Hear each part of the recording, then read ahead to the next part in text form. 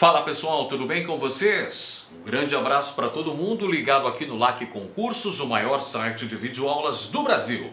E para o desespero da concorrência, Edenilson Moraes está na área e se derrubar é pênalti. Eu estou chegando com o nosso projeto pedagógico que tem a função de turbinar os seus estudos. Hoje a gente começa com a nossa primeira aula de História de Mato Grosso, onde iremos tratar sobre os bandeirantes, escravidão indígena e exploração de ouro.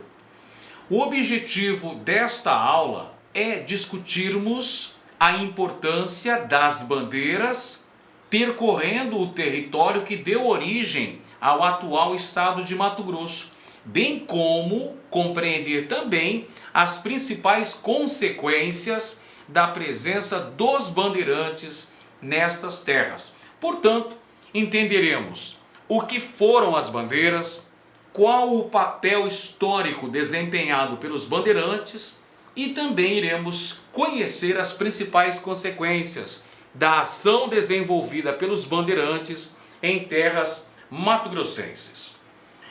De antemão, já devemos compreender que as bandeiras eram expedições de caráter particular que vinham da capitania de São Vicente Doravante, denominada Capitania de São Paulo, e adentravam aos sertões brasileiros em busca de variadas riquezas.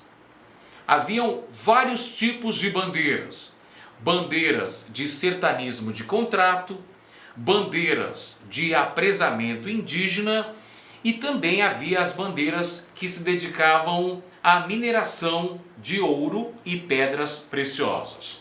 Então, vamos nessa. Vamos começar então falando sobre as expedições bandeirantes.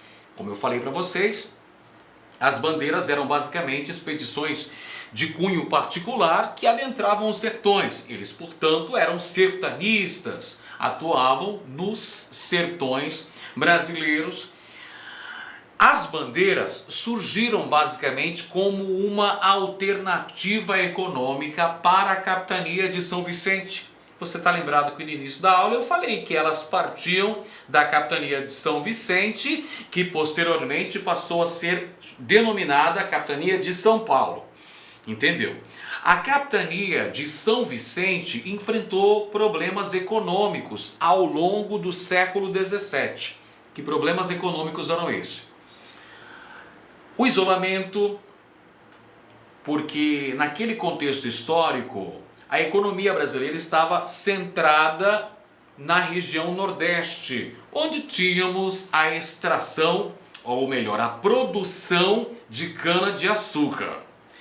Sendo assim, a capitania de São Vicente enfrentou alguns percalços econômicos, e é aí que surgem atividades complementares para tentar superar essa estagnação econômica do Planalto Vicentino. Entre essas atividades complementares surgidas ali no século XVI, XVII, estão a lavoura de subsistência e também as expedições bandeirantes. São vários tipos de bandeiras que surgiram a partir do século XVI. O século que tem o auge das expedições bandeirantes no Brasil é o século XVII. Vamos aos tipos de bandeira. Tínhamos bandeira de apresamento, aquelas que se dedicavam a capturar os povos indígenas para escravizá-los. Perceba, a capitania de São Vicente enfrentava problemas econômicos. Não conseguia importar a mão de obra escravizada de origem africana, devido ao preço do escravizado africano ser mais elevado, ser mais caro. Sendo assim, eles começam a escravizar povos indígenas. Surge a bandeira de apresamento, que dedicava-se a essa função. Temos também as bandeiras de sertanismo de contrato, que eram aquelas que se dedicavam basicamente a atacar comunidades de escravizados fugitivos, os quilombos. Então os bandeirantes muitas vezes eram contratados por senhores de engenho, proprietários de terra ou mesmo por autoridades metropolitanas com o objetivo de combater nações indígenas hostis ao avanço da colonização ou até mesmo, pessoal, esses bandeirantes também eram recrutados para destruir os quilombos. Você sabe muito bem que o quilombo foi o principal reduto de resistência escravizada aqui no Brasil. Eles proliferaram-se por todo o território da América Portuguesa e também durante a fase do Império no Brasil. Então, nesse contexto, dos séculos 17 e 18, os bandeirantes também atuaram no combate a nações indígenas e também aos quilombolas.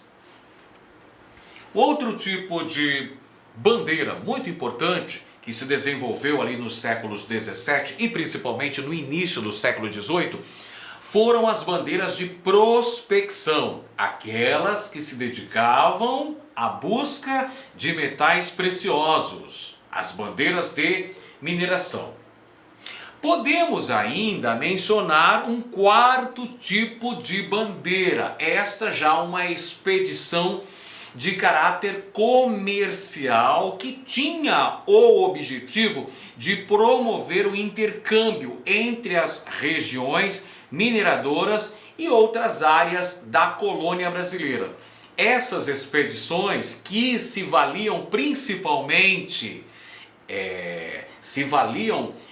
especialmente dos caminhos fluviais, através dos rios, através da vasta hidrografia aqui da área central do Brasil, essas expedições ficaram conhecidas como monções. A gente vai falar sobre elas ao longo de nossas aulas. Perfeito? Então, basicamente, nós temos vários tipos de bandeira. Bandeira de prospecção, bandeira de sertanismo de contrato, bandeira de apresamento e podemos mencionar ainda um quarto tipo de bandeira chamado de monções.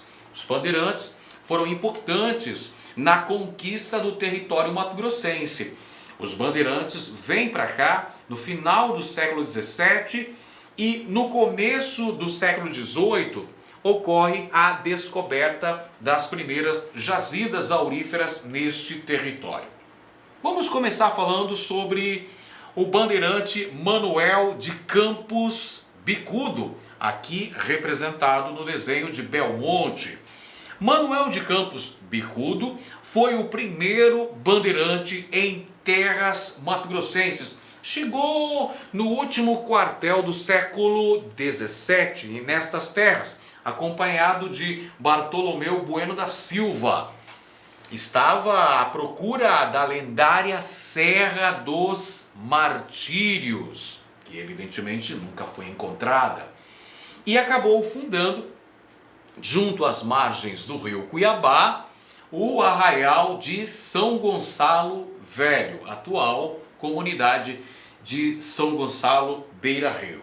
Posteriormente, Antônio Pires de Campos, filho de Manuel de Campos Bicudo, também aqui representado no desenho de Belmonte, veio para essas terras, chegou e explorou as áreas localizadas junto ao rio Cochipó-Mirim, com uma bandeira de apresamento, veio para esta região com o objetivo de capturar os índios Cochiponé no ano de 1718, travando guerra com esta nação, com esta sociedade indígena.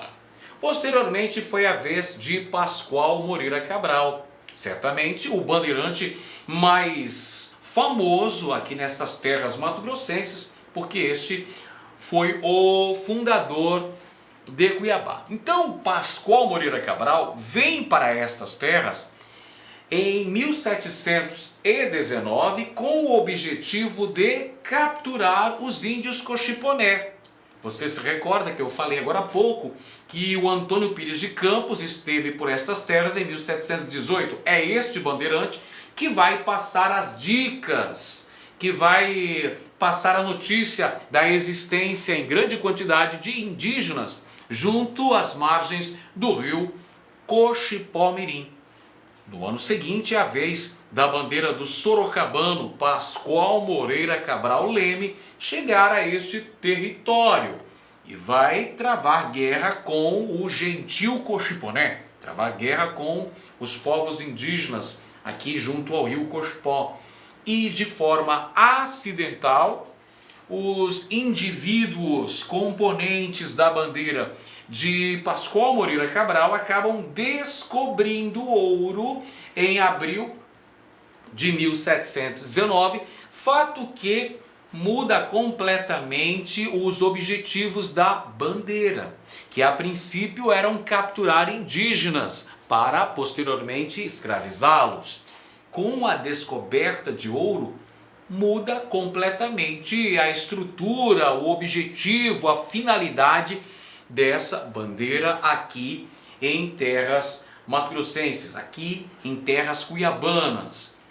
São descobertas as primeiras lavras em solo mato-grossense, as lavras do Cochipó-Mirim, que deram origem, por sua vez, ao Arraial da Forquilha, localizado na confluência dos rios Cochipó e Mutuca, fundado pelo Pascoal Moreira Cabral.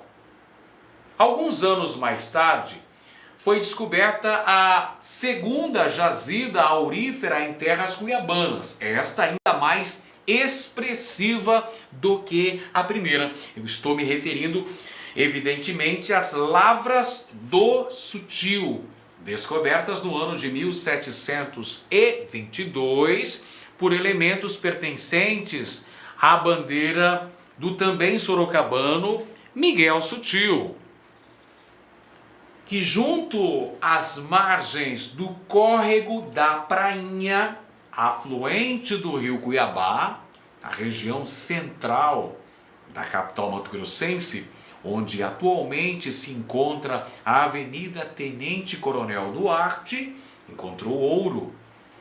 Foram descobertas as famosas Minas do Sutil, ou Lavras do Sutil, no córrego da Prainha.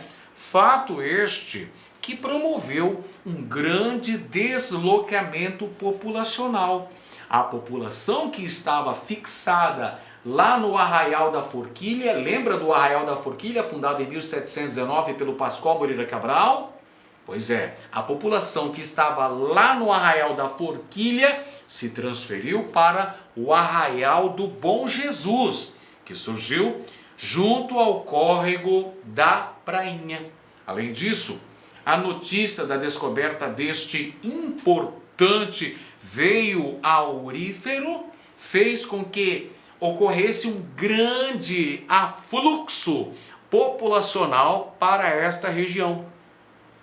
Aventureiros de várias partes da colônia acabam vindo para Cuiabá quando se espalha a notícia do achamento desta importante jazida aurífera.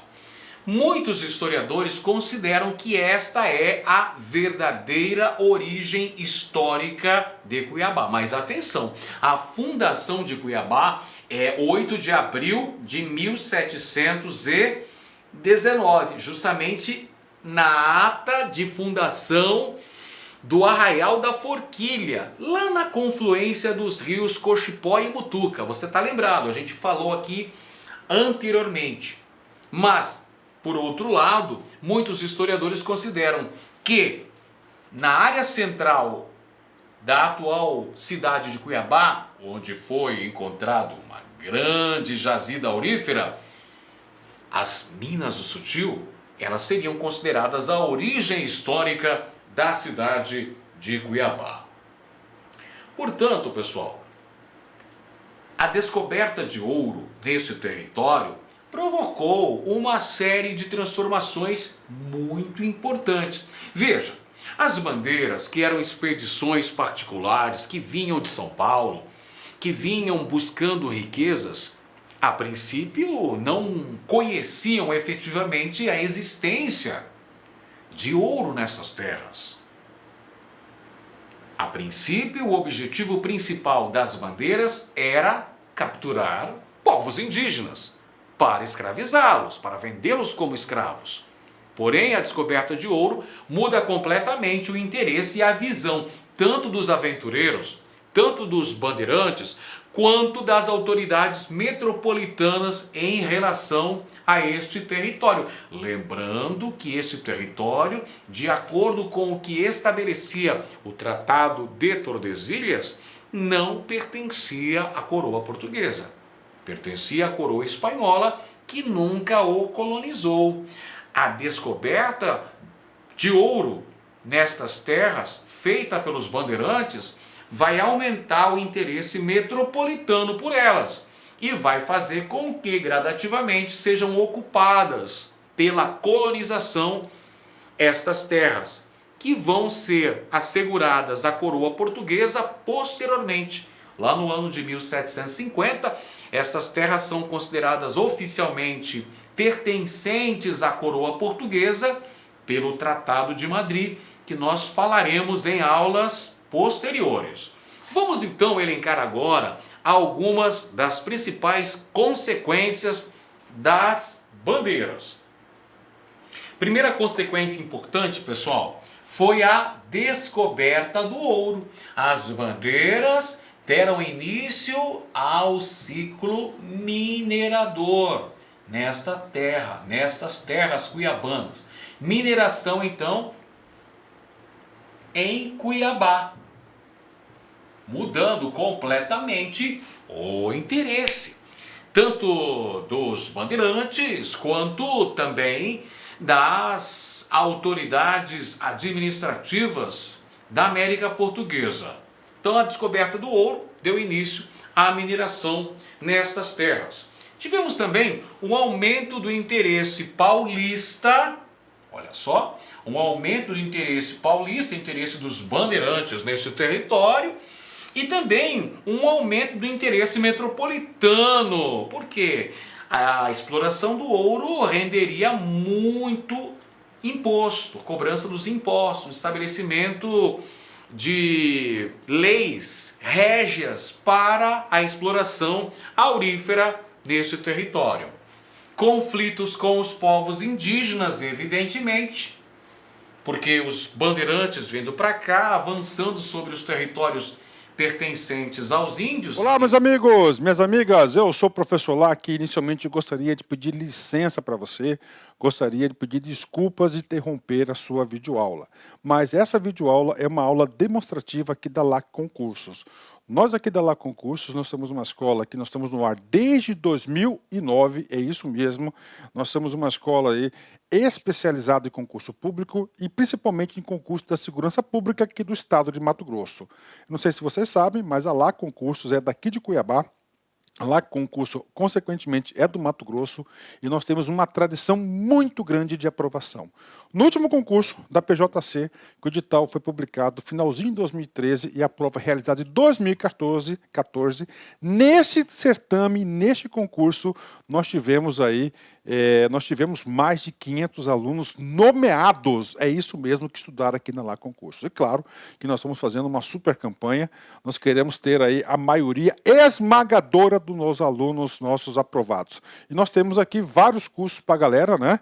Nós temos aqui cursos focados aqui da PJC, por exemplo. Nós temos nosso curso online, apenas 10 parcelas de R$ 35,00, o melhor custo-benefício do mercado. Nós temos um curso presencial, que esse curso presencial, inclusive, ele está transmitido ao vivo para o nosso aluno pay-per-view, apenas 10 mensalidade de R$ 99,00, com a melhor equipe de professores do estado. Temos professores, inclusive, de nível nacional. Temos um curso de provas discursivas, onde a gente vai corrigir 3 redações com feedback pessoal, né, individualizado por apenas 10 parcelas de R$ 15,00. Temos o aulão de véspera presencial, 10 de 10, R$ 100, e nosso super aulão de véspera, que vai ser o mesmo do presencial, por R$ 50, se divide em 10 vezes sem juros, né? 10 vezes sem juros. Então essas são as campanhas, os nossos cursos que nós temos aqui para a PJC. Cara, aproveita. Este aqui é um grande concurso. Nós temos aí 580 pessoas que terão suas provas corrigidas para o cargo de escrivão e 580 pessoas inscritas que serão corrigidas a sua prova de investigador. Eu acredito que todo mundo que vencer o regulamento serão convocados. Inclusive, o próprio governador já sinalizou algo nesse sentido. Então, galera, aproveite a oportunidade, venha estudar conosco aqui na Lá Concursos, que eu tenho certeza que você não vai se arrepender. Uma coisa eu te garanto, a dedicação do professor Lac, a dedicação da Lá Concurso, você vai ter de forma integral. Então, venha estudar conosco. Forte abraço, fique com Deus. Tchau, tchau.